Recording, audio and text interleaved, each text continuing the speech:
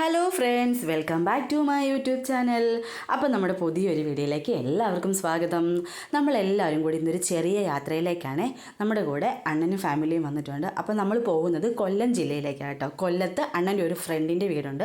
നമ്മൾ അങ്ങോട്ടാണ് പോകുന്നത്. അപ്പോൾ പോകുന്നതിന് മുന്നേ നമ്മൾ ഫുഡ് കഴിച്ചിട്ട് പോകാൻ വേണ്ടിയിട്ടാണ്. നമ്മൾ അവരെ വിളിച്ചിട്ട് പറഞ്ഞു ഫുഡൊന്നും നമുക്ക് വേണ്ടിയിട്ട് കരുതേണ്ട, നമ്മൾ കഴിച്ചിട്ടേ വരത്തുള്ളൂ എന്ന് പറഞ്ഞു. അങ്ങനെ നമ്മൾ ഫുഡിനായിട്ട് നമ്മൾ ഗീ റോസ്റ്റ്, മസാല ദോശ, ചായ ഒക്കെ ഓർഡർ ചെയ്തു. നമ്മുടെ ഓർഡർ അനുസരിച്ച് നമ്മുടെ ഫുഡെല്ലാം നമ്മുടെ കൈകളിൽ എത്തിച്ചേർന്നു. നമ്മളതെല്ലാം കഴിച്ചു. കുഴപ്പമില്ലായിരുന്നു, അത്യാവശ്യം വലിയ പ്രശ്നമില്ലാത്ത ഫുഡായിരുന്നു. അങ്ങനെ നമ്മൾ ഫുഡൊക്കെ കഴിച്ചു. പിന്നെ നമ്മൾ നേരെ അവിടുന്ന് വണ്ടിയെ കയറി നമ്മുടെ അണ്ണൻ്റെ ഫ്രണ്ടിൻ്റെ വീട്ടിലേക്കാണ് പോയത്. അപ്പോൾ അവിടെ ചെന്നപ്പോൾ വാതിക്കൽ തന്നെ എൻ്റെ ചേട്ടൻ നിൽപ്പുണ്ട്, നിജിലേട്ടൻ, ഗ്രീഷ്മ, അവരുടെ മോള് ഒക്കെ ഉണ്ട്. അപ്പോൾ നമ്മൾ നേരെ വീട്ടിലേക്ക് ചെന്നു. കുറച്ച് നേരം അവിടെ നമ്മൾ സ്പെൻഡ് ചെയ്തു. അപ്പോൾ അവരുടെ വീടിൻ്റെ മുറ്റത്ത് സിറ്റ് ഔട്ടിലായിട്ട് കുഞ്ഞുങ്ങൾക്ക് കിടന്നാടാനായിട്ടുള്ള ഊഞ്ഞാലുണ്ടായിരുന്നു. അപ്പോൾ ഇവന്മാരെല്ലാം കൂടെ ഭയങ്കര ബഹളം കയറാനായിട്ട്. അങ്ങനെ അത് കയറി കുറേ നേരം ഇരുന്ന് ഊഞ്ഞാലൊക്കെ ആടി. ഇത് നിജിലേട്ടൻ്റെ മോള് മീനാക്ഷിയാണ്. ആൾ നമ്മൾ ചെന്നപ്പോൾ ഭയങ്കര ജാടയാണെങ്കിലും കുറച്ച് കഴിഞ്ഞപ്പോൾ അവൾ നമ്മളായിട്ട് അങ്ങ് സെറ്റായി. അങ്ങനെ കുറച്ച് നേരം നമ്മൾ അവിടെ നിന്നു. അപ്പോൾ അവിടെ ഈ മുറ്റത്താണെങ്കിലും ചെറിയ ഗ്രാസൊക്കെ ആർട്ടിഫിഷ്യൽ ഗ്രാസ് പിടിപ്പിച്ചിട്ടുണ്ടായിരുന്നു. അപ്പോൾ നമ്മളതെല്ലാം കണ്ടതിന് ശേഷം മീനാക്ഷി നമ്മളെ നേരെ പൂജാമുറിയൊക്കെ കൊണ്ട് കാണിച്ചു. അങ്ങനെ പൂജാമുറിയെല്ലാം കണ്ടു നേരെ നമ്മൾ അവരുമായിട്ട് വീണ്ടും യാത്ര തുടർന്നു. സത്യത്തിൽ നമ്മൾ കൊല്ലത്ത് പോയെങ്കിൽ കൊല്ലം കണക്റ്റഡ് ആയിട്ടുള്ള എന്തെങ്കിലും കുറച്ച് സ്ഥലങ്ങളൊക്കെ കാണണം എന്ന് പറഞ്ഞാൽ പോയെങ്കിലും അവിടെ ചെന്നപ്പോൾ നിജിലേട്ടൻ പറഞ്ഞു നമുക്കൊരു കാര്യം ചെയ്യാം, കുറച്ചും കൂടെ യാത്ര ചെയ്യാൻ പറ്റുമെങ്കിൽ നമുക്ക് കുറച്ചുകൂടെ നല്ല സ്ഥലത്തോട്ടൊക്കെ പോകാമെന്ന് പറഞ്ഞു. എന്നെ സംബന്ധിച്ചോളം യാത്ര എനിക്ക് ഭയങ്കര ബുദ്ധിമുട്ടായിട്ടുള്ളൊരു കാര്യമാണ്. പിന്നെ യാത്രയിലുടനീളം വല്ലതും കഴിച്ചും എടുത്തും വർത്താനം ഒക്കെ പറഞ്ഞിരുന്നാൽ വലിയ കുഴപ്പമില്ല. അതിനായിട്ട് കയ്യിൽ കുറച്ച് കടലയൊക്കെ കരുതിയിട്ടുണ്ടായിരുന്നു. അങ്ങനെ നമ്മൾ കുറച്ച് സ്നാക്സൊക്കെ കഴിച്ചു. നമ്മൾ യാത്ര തുടർന്നു. അപ്പോൾ കൊല്ലത്ത് ചെന്നപ്പോൾ കൊല്ലം പുനലൂർ തൂക്കുപാലം കണ്ടില്ലെങ്കിൽ അതൊരു ഭയങ്കര ഒരു ബുദ്ധിമുട്ടല്ലേ. അപ്പോൾ കൊല്ലം ജില്ലയിലെ പുനലൂരിലുള്ള കേരളത്തിലെ ഏറ്റവും ചരിത്രത്തിൽ തന്നെയുള്ള ഒരു നാഴികക്കല്ലും ദക്ഷിണേന്ത്യയിലെ തന്നെ ആദ്യത്തെ തൂക്കുപാലം എന്നറിയപ്പെടുന്ന പുനലൂർ തൂക്കുപാലമാണ് ഇത്. 1871 തിരുവിതാംകൂർ രാജാവായിരുന്ന ആയില്യം തിരുനാൾ രാമവർമ്മയുടെ കാലത്ത് പുനലൂർ തൂക്കുപാലത്തിനുള്ള ആശയവും ഉടലെടുത്തത്. അന്ന് തിരുവിതാംകൂറിൻ്റെ ദിവാനായിരുന്ന നാണുപിള്ള അദ്ദേഹം ബ്രിട്ടീഷ് എഞ്ചിനീയറായ ആൽബർട്ട് ഹെൻറിയുടെ തൂക്കുപാലത്തിൻ്റെ നിർമ്മാണത്തിൻ്റെ മേൽനോട്ടമൊക്കെ ഏൽപ്പിച്ചു. 1877 പണി പൂർത്തിയാക്കിയ പാലം പിന്നീട് 1880 പൊതുജന ഗതാഗതത്തിനായി തുറന്നു കൊടുക്കുന്നത്. ഈ പാലം ഇപ്പോഴും, അതായത് ഏകദേശം 1.5 നൂറ്റാണ്ട് പിന്നിട്ടിട്ടും കേരള ചരിത്രത്തിൻ്റെ നിറകയിലൊരു തിലകക്കുറിയായി നിൽക്കേണ്ട കാഴ്ച ഒന്ന് കാണേണ്ടത് തന്നെയാണ്. അപ്പോൾ അവിടെ നിന്ന് കുറേ നേരം നമ്മളതൊക്കെ കണ്ടു. ഈ കാണുന്നത് റെയിൽവേ പാലമാണ്. അങ്ങനെ നല്ല ചൂടായിരുന്നു. നേരെ ഇപ്പോൾ ഒരു ലിംകയൊക്കെ വാങ്ങിച്ചു കുടിച്ചു. പിന്നെ നമ്മൾ ഉച്ചക്കത്തേക്കുള്ള ഫുഡിനുള്ള ഓർഡർ കൊടുത്തു. കുറച്ച് സ്നാക്സും ഒക്കെ കഴിച്ച് ഫുഡ് വരാനുള്ള വെയിറ്റിങ്ങിലായിരുന്നു. അതിനുശേഷം പിന്നെ നമ്മൾ നേരെ വണ്ടിയെടുത്ത് പോയത് നമ്മുടെ കല്ലട ഇറിഗേഷൻ പ്രോജക്റ്റ്. പെട്ടെന്ന് കിട്ടിയില്ല. അപ്പോൾ നമ്മൾ അവിടെ ചെന്നു. ഇത് നമ്മുടെ ഡാമാണ്. അപ്പോൾ നമ്മൾ ഒത്തിരി ഡാമിലേക്ക് പോകുന്നതിന് മുന്നേ നമ്മളൊരു 10 രൂപയുടെ ഒരു എൻട്രി പാസ് ഉണ്ട്. ആ പാസ് എടുത്തിട്ടാണ് നമ്മൾ പോകുന്നത്. അങ്ങനെ നമുക്ക് കല്ലട ഡാം കാണാൻ പറ്റി. ഇത് തെന്മലയാണ് സ്ഥലം. അങ്ങനെ ഡാമൊക്കെ അടുത്ത് നിന്ന് നമ്മൾ കണ്ടു. കുറേ നേരം നമ്മളവിടെ സ്പെൻഡ് ചെയ്തു. പക്ഷേ അവിടെ നമുക്ക് അത്രയും വെയിലില്ലായിരുന്നു. റോഡിലൊക്കെ നല്ല വെയിലായതുകൊണ്ട് നമുക്ക് ഒരുപാട് അടുത്തോട്ട് പോകാൻ പറ്റിയില്ലെങ്കിലും അത്യാവശ്യം അടുത്ത് തന്നെ നിന്ന് നമ്മൾ കാര്യങ്ങളൊക്കെ നമുക്ക് കാണാൻ പറ്റി.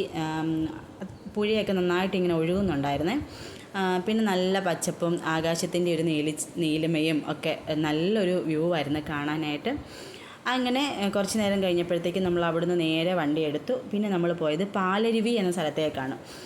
ഇതാണ് പാലരുവി. അപ്പോൾ ഇവിടെ ഇങ്ങനെ നമ്മൾ നിർത്താൻ കാരണം എന്ന് പറഞ്ഞാൽ ഒത്തിരി പേര് ഇങ്ങനെ ഭക്ഷണമൊക്കെ ഇരുന്ന് കഴിക്കുന്ന നമ്മൾ കണ്ടു. അപ്പോൾ നമ്മൾ ഏകദേശം 2:30 സമയമായിരുന്നു. അപ്പോൾ എല്ലാവരും നന്നായിട്ട് വിശന്നു.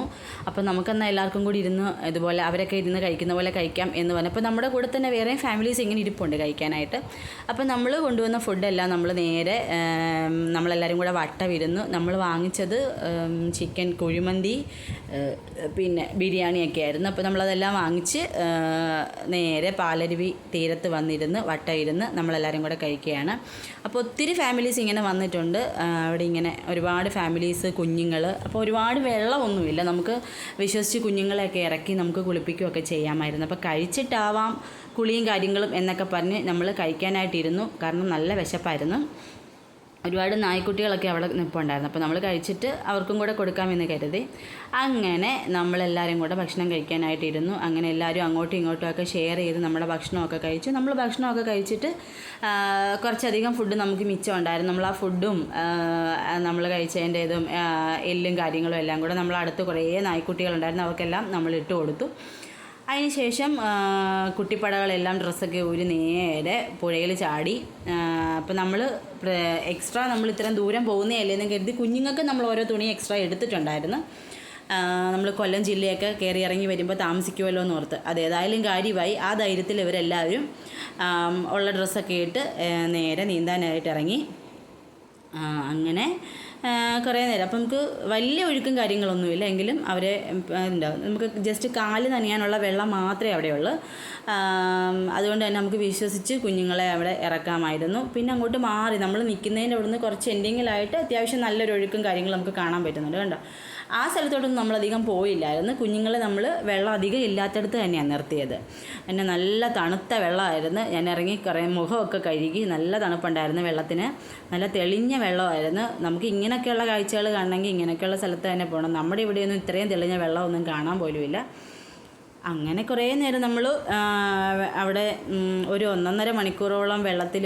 ചേട്ടനൊക്കെ നമുക്ക് കുറച്ചും കൂടെ മുന്നോട്ട് പോയാൽ പിന്നെയും നമുക്ക് കാണാൻ കാഴ്ചകൾ ഒരുപാടുണ്ടായിരുന്നു. പക്ഷേ അതൊന്നും കാണാനുള്ളൊരു ക്ഷമയും കാര്യങ്ങളൊന്നും ഇല്ലായിരുന്നു. ചേട്ടനൊക്കെ ഉള്ള വെള്ളത്തിലൊക്കെ ഇറങ്ങി അവരും എല്ലാം കുളിച്ചു. അങ്ങനെ നമ്മൾ കുറേ നേരം അവിടെ സ്പെൻഡ് ചെയ്തു, വർത്തമാനമൊക്കെ പറഞ്ഞ്. ഞങ്ങൾ പെണ്ണുങ്ങളെല്ലാം നമ്മൾ മേളിൽ തന്നെ ഇരിക്കുകയായിരുന്നു. നമുക്കൊന്നും ഇറങ്ങാൻ പറ്റിയില്ല.